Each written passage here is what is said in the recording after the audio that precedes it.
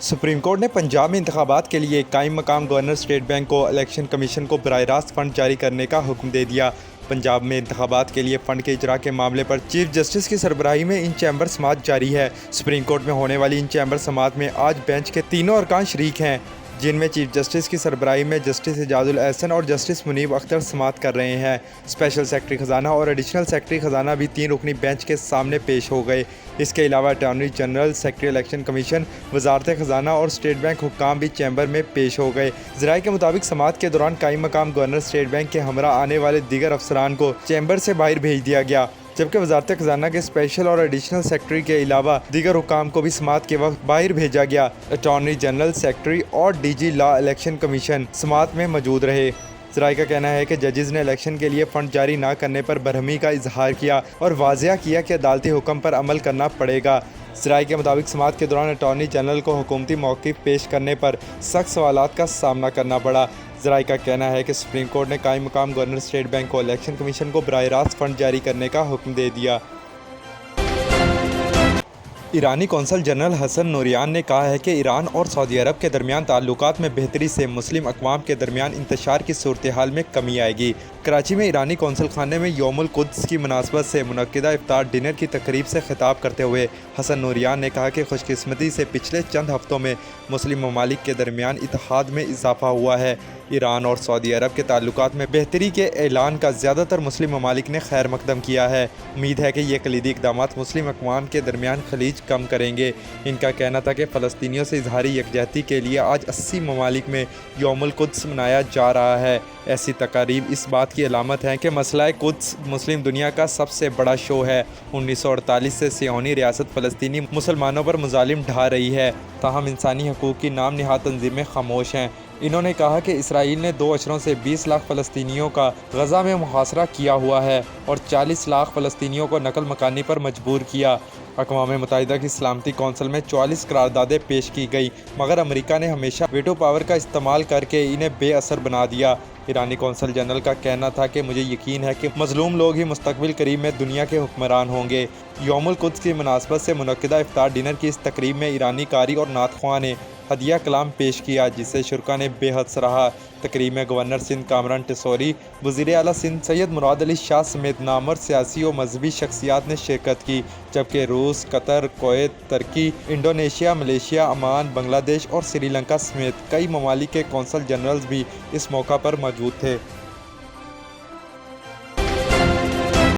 قومی اسمبلی نے supreme court کے 8 رکنی بینچ کے گزشتہ روز کے حکم نامے کو مسترد کر دیا اور بینچ کے حکم نامے کے خلاف مذمتی قرارداد منظور کر لی۔ قرارداد میں کہا گیا ہے کہ 8 رکنی بینچ کا عدالتی اصلاحات بل پر عمل درآمد روکنے سے متعلق حکم نامہ پارلیمنٹ کے معاملات میں مداخلت ہے۔ 8 رکنی بینچ کا حکم نامہ عدالتی تاریخ میں ایک اور سیاہ باب کا اضافہ ہے۔ ایوان پارلیمان کے قانون سازی کا اختیار سلب کرنے کی سپریم کورٹ کی جارحانہ کوشش کو مسترد کرتا ہے۔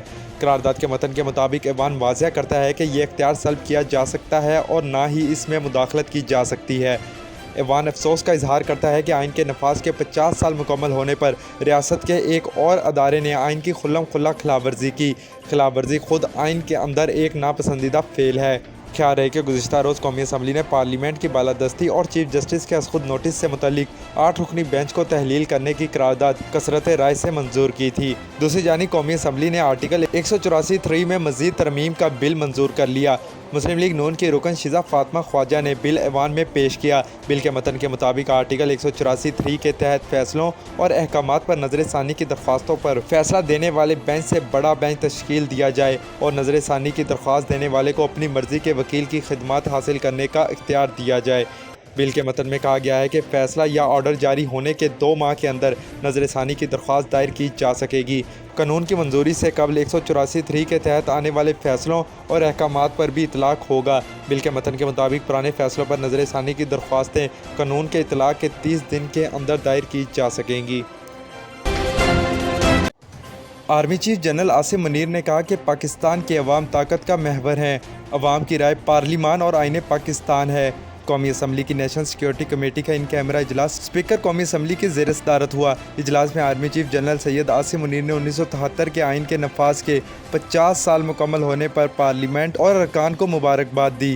ذرائع کے مطابق army chief general Syed Asim Munir نے کہا کہ عوام اپنی رائے آئین اور پارلیمنٹ کے ذریعے استعمال کرتے ہیں۔ حاکمیت اعلیٰ اللہ تعالیٰ کی ہے۔ اللہ تعالیٰ کے اس حکم سے ہی آئین کو اختیار ملا۔ Army chief general Asim Munir نے کہا کہ آئین کہتا ہے کہ اختیار عوام کے منتخب نمائندوں کے ذریعے استعمال ہوگا۔ انہوں نے 1973 کا آئین بنانے والوں کو بھی خراج تحسین پیش کیا۔ اجلاس میں شریک وزیر اعظم شہباز شریف نے فوج، رینجرز، پولیس اور دیگر اداروں کے افسروں اور جوانوں کو خراج تحسین پیش کرتے ہوئے کہا کہ پاکستان نے دہشت گردی کے خلاف جدوجہد میں 80,000 سے زائد قربانیاں دیں۔ ہمارے شہداء کی عظیم قربانیوں سے امن بحال ہوا تھا۔ یہ محنت 4 سال میں ضائع کر دی گئی۔ شہباز شریف نے کہا کہ ملک میں دہشت گردی واپس کیوں آئی، کون لایا؟ تمام صوبوں نے دہشت گردی کے خاتمے کے لیے رقم دی، وہ کہاں گئی؟ تمام صوبوں نے فاٹا اصلاحات کے مقاصد کے لیے رقوم دی تھی، وہ کہاں گئی؟ وزیر اعظم کا کہنا تھا کہ خیبر پختونخوا کو دیے جانے والے اربوں روپے کے وسائل کہاں استعمال ہوئے، ان کا جواب لینا ہوگا۔ وزیر دفاع خواجہ آصف نے دہشت گردوں کے خلاف نئے آپریشن سے متعلق وضاحت کر دی۔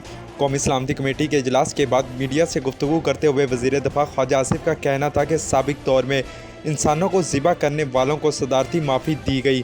اجلاس میں اس بات پر اتفاق موجود تھا کہ سابق دور میں کیے گئے مذاکرات غلط تھے۔ ایک سوال کے جواب میں خواجہ آصف کا کہنا تھا کہ نیا آپریشن نہیں، انٹیلیجنس کی بنیاد پر آپریشن جاری رہیں گے۔ کوئی نئے آپریشن کی بات نہیں، جو سلسلہ پہلے جاری تھا وہی مؤثر انداز میں جاری رہے گا۔ یاد رہے کہ وزیر اعظم شہباز شریف کی زیر صدارت قومی اسمبلی کا ان کیمرہ سیشن ہوا، جس میں army chief general Asim Munir سمیت دیگر عسکری حکام بھی شریک ہوئے۔ آرمی چیف کی آمد پر اراکین اسمبلی اور وفاقی وزراء نے ڈیسک بجا کر ان کا استقبال کیا، جبکہ عسکری حکام کی جانب سے شرکاء کو ملکی سیکیورٹی صورتحال پر بریفنگ دی گئی۔ ذرائع کے مطابق اجلاس میں آرمی چیف نے 1973 کے آئین کے نفاذ کے 50 سال مکمل ہونے پر ارکان کو مبارکباد دی اور کہا کہ سینٹر آف گریویٹی پاکستان کے عوام ہیں۔ امریکی جریدے ٹائم میگزین نے دنیا کے مختلف شعبہ زندگی سے تعلق رکھنے والی 100 بااثر ترین شخصیات کی فہرست جاری کر دی۔ 2023 کے لیے جاری بااثر افراد کی فہرست میں بھارت سے صرف 2 شخصیات کو شامل کیا گیا۔ رواں برس ٹائم میگزین کی 100 بااثر شخصیات کی فہرست میں بھارت سے صرف 2 شخصیات شاہ رخ خان اور ساؤتھ فلم انڈسٹری کے راجہ مولی کے نام شامل کیے گئے ہیں۔ ٹائم میگزین کی 2023 کے لیے دنیا کی بااثر ترین شخصیات کی فہرست میں ٹویٹر کے سی ای او ایلان مسک، اوپن اے آئی کے سیم آلٹمین، امریکی صدر جو بائیڈن، برطانوی بادشاہ چارلس، پاکستانی وفاقی وزیر ماحولیات شیری رحمان اور دیگر شخصیات کے نام شامل کیے گئے ہیں۔ ٹائم میگزین کی سی ای او کا کہنا تھا کہ ہم رواں برس دنیا کے 100 بااثر ترین افراد کی فہرست جاری کرتے ہوئے بہت ہی پرجوش محسوس کر رہے ہیں۔ عالمی منظرنامے میں اپنے اثر و رسوخ سے مثبت کام کرنے والی شخصیت پر مشتمل ٹائم 100 کمیونٹی دنیا کی سب سے بڑی لیڈرشپ کمیونٹی ہے۔ عالمی خبر رساں ادارے کے مطابق 25 اپریل کو ٹائم 100 کی جانب سے 2023 کے لیے منتخب ہونے والے دنیا کے 100 بااثر ترین افراد کے ساتھ سالانہ اجلاس منعقد کیا جائے گا، جبکہ 26 اپریل کو ٹائم 100 گالا منعقد ہوگا۔ Little Pakistan Brooklyn new York میں مکی مسجد کے ساتھ خوش ذائقہ حلال دیسی کھانوں کا بہترین مرکز، دیسی فوڈ اینڈ فرائیڈ چکن۔ دیسی فوڈ اینڈ فرائیڈ چکن پر آپ کو ملے گی چکن کڑاہی، مٹن کڑاہی، دال مکھنی، حلیم، پالک، چکن بریانی، پراٹھے، نان اور بہت سے مختلف لذیذ کھانوں کی وسیع ورائٹی۔ اپنا کھانا آرڈر کرنے کے لیے عزیز بٹ صاحب کو 6463312474 پر کال کریں۔